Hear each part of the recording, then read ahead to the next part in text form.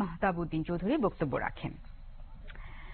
মশাবাহিত রোগ প্রতিরোধে স্থানীয় সরকার বিভাগের অধীনে একটি কেন্দ্রীয় সেল গঠন করা হবে বলে জানিয়েছেন স্থানীয় সরকার মন্ত্রী তাজুল ইসলাম।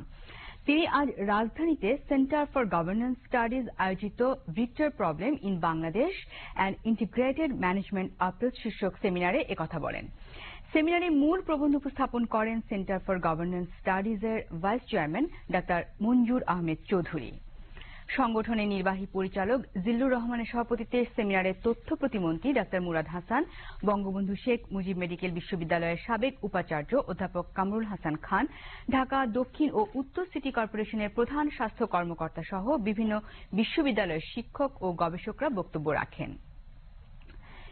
সেমিনারে বক্তারা মশাবাহিত রোগ প্রতিরোধে একটি অত্যাধুনিক ইনস্টিটিউট স্থাপনের প্রয়োজনীয়তার কথা তুলে ধরেন। তথ্য প্রতিমন্ত্রী এ সংক্রান্ত সুনির্দিষ্ট প্রস্তাবনা দিতে বলেন এবং অত্যাধুনিক ইনস্টিটিউট নির্মাণের বিষয়ে সরকারের উচ্চ পর্যায়ে কথা বলবেন বলে জানান।